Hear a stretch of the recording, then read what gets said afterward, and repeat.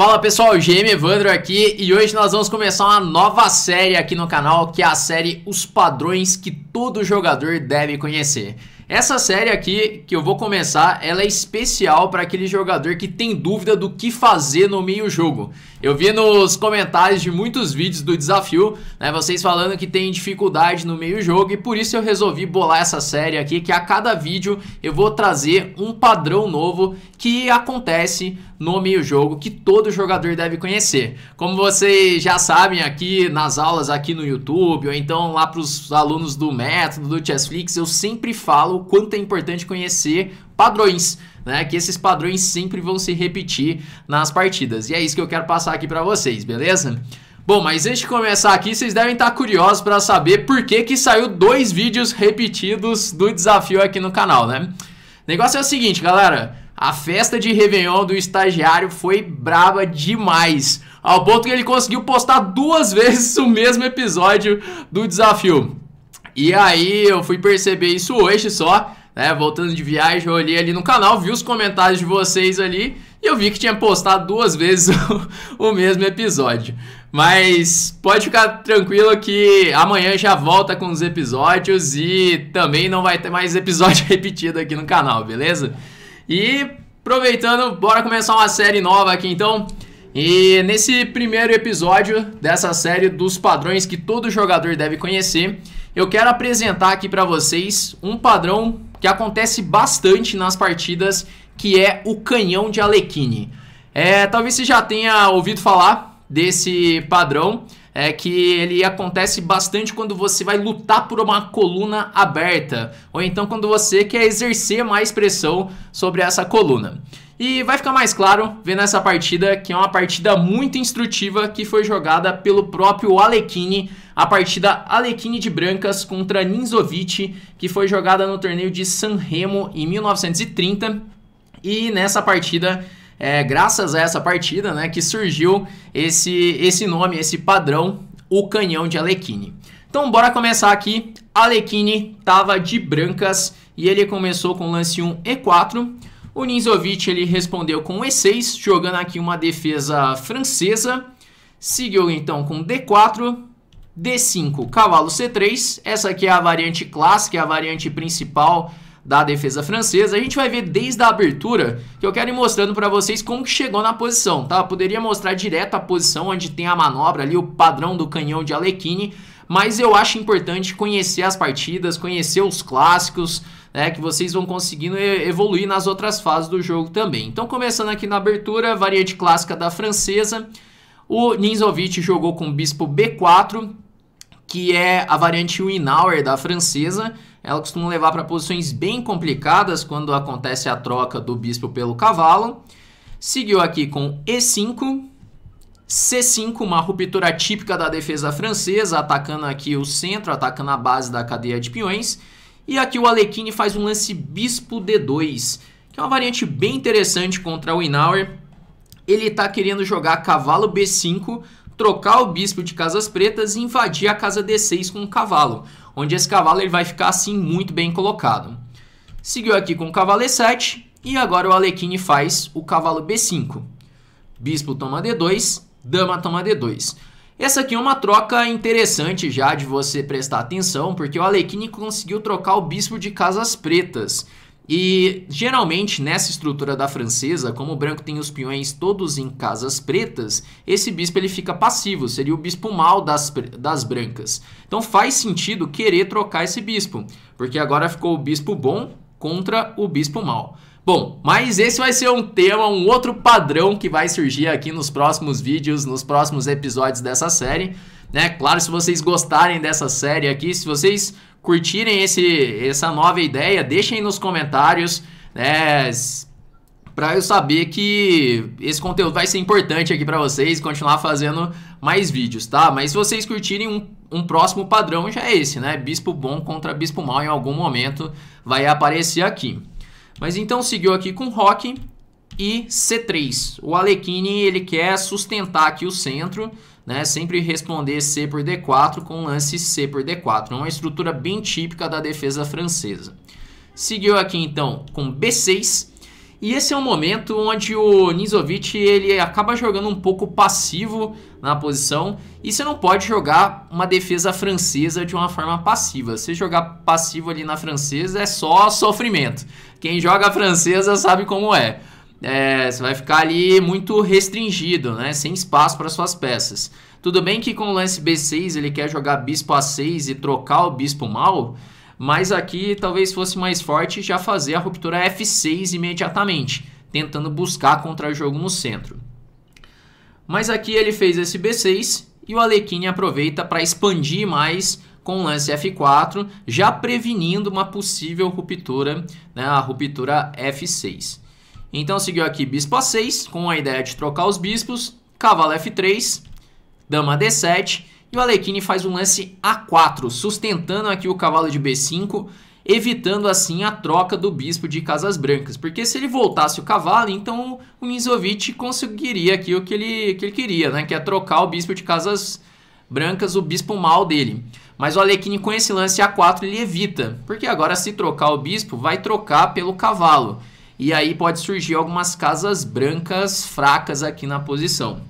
Vocês podem perceber que ao longo aqui da análise da partida eu vou citando vários temas. E a ideia dessa série é a gente poder ver todos esses temas, todos esses padrões estratégicos que vão se repetindo no meio jogo.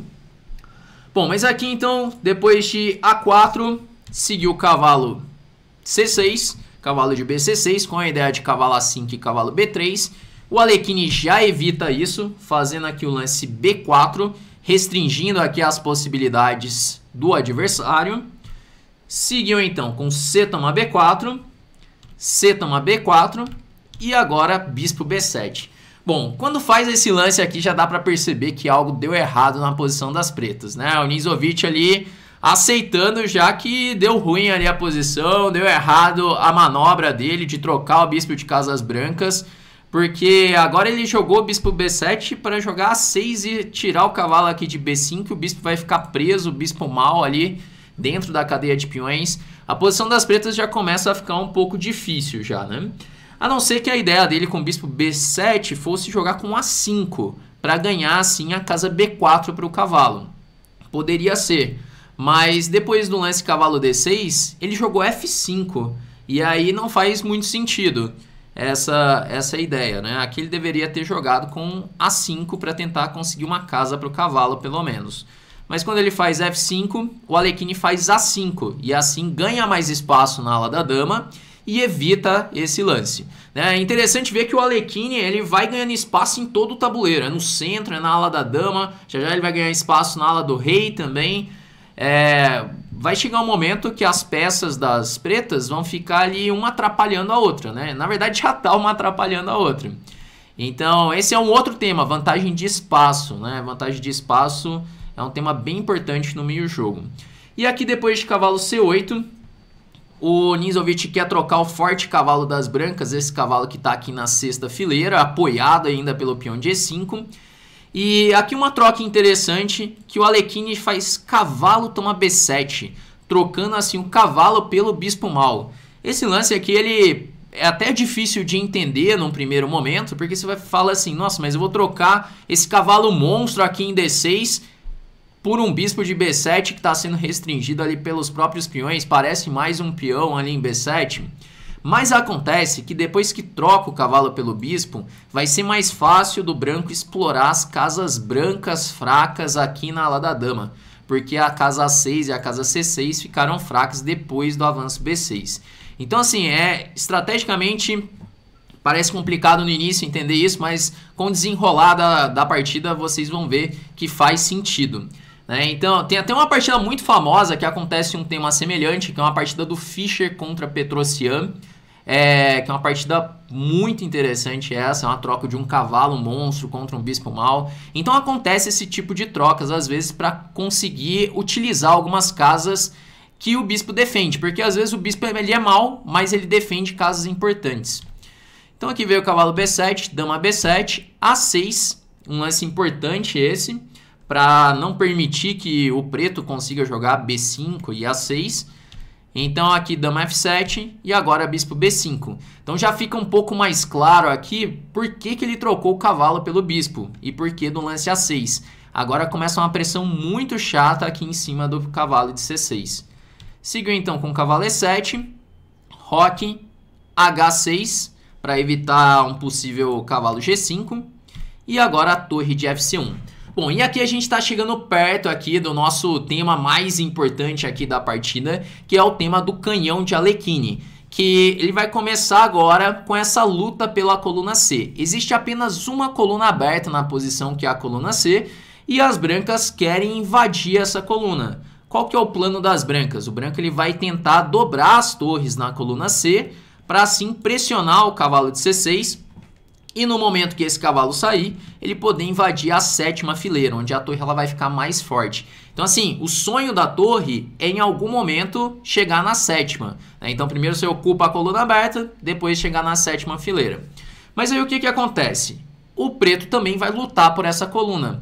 E aqui o Ninzovic faz um lance torre de Fc8. Seguiu então torre C2, dama E8. Aqui no caso de cavalo D8, então poderia seguir, por exemplo, com torre C1. Causando aqui, aumentando aqui a pressão na coluna C. E depois de um lance como dama F8, o branco pode seguir com o mesmo plano da partida, fazendo aqui o canhão de Alekhine para conquistar assim, um controle da coluna C. Vamos voltar aqui para a partida, que aí você vai ver como que fica mais claro isso. Mas poderia seguir com a mesma ideia do canhão. Né? Então aqui torre C2, seguiu dama E8, torre C1. Talvez torre A3 fosse um pouco mais direto, mas o Alekhine ele fez aqui primeiro torre C1, dobrando as torres na coluna C. Torre B8, dama E3, com a ideia de jogar dama A3 e dama A4, aumentando a pressão aqui em C6, aproveitando que existe também uma cravada agora. Então é uma posição muito desconfortável para o preto, porque qualquer peça que ele tirar aqui vai ficar caindo em C6. Então ele já está com a dama presa, vai ficando com as peças cada vez mais presas aqui na defesa do ponto C6. Então o Alekhine ele quer aumentar essa pressão e chega aqui um momento onde ele vai fazer aqui o padrão conhecido como canhão de Alekhine. E como que funciona isso? Tá claro que o branco ele precisa aumentar a pressão na coluna C.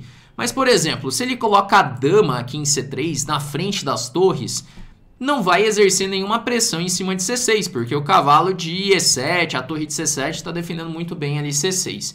Então qual que é a ideia? Colocar as torres na frente e a dama atrás para pressionar assim o ponto C6, pressionar a coluna C. Então nesse momento o Alekhine faz um lance torre C3. E essa aqui é a típica manobra conhecida como canhão de Alekhine, onde ele quer jogar torre C3, torre C2 e colocar dama em C1, triplicando as peças pesadas na coluna C.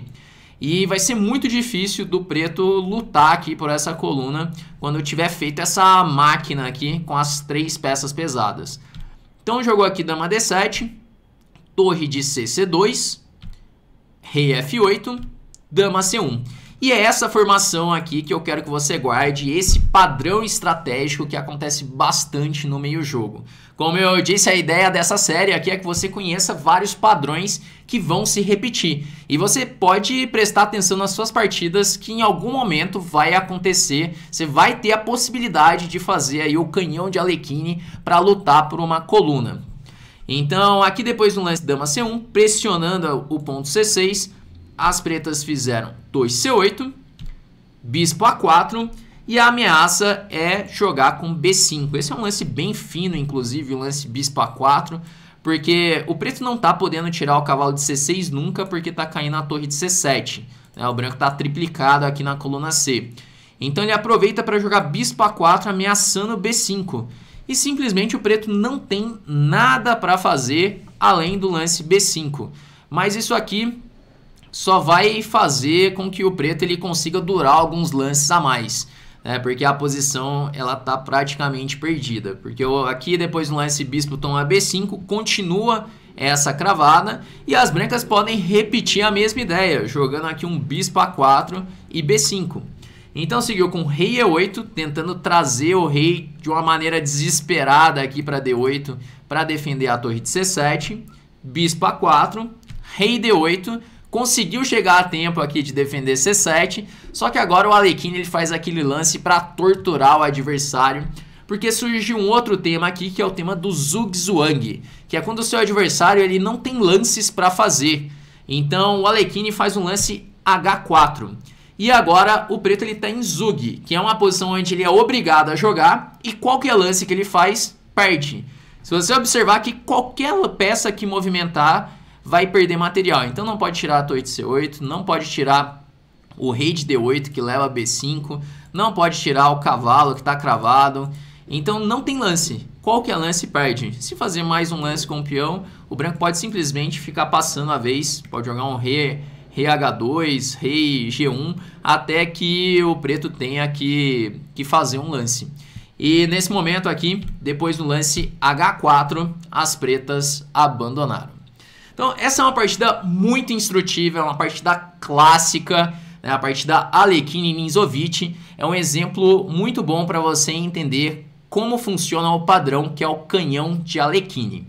Então eu espero que você tenha curtido esse vídeo, tenha aprendido como que funciona esse padrão e já possa aplicar aí nas suas partidas também. Se você curtiu, dá aquele like aqui no vídeo e deixa aí nos comentários se eu devo continuar com essa série aqui, se eu devo trazer novos padrões para você conhecer, beleza? Bom, então é isso aí, vamos encerrando por aqui e até a próxima.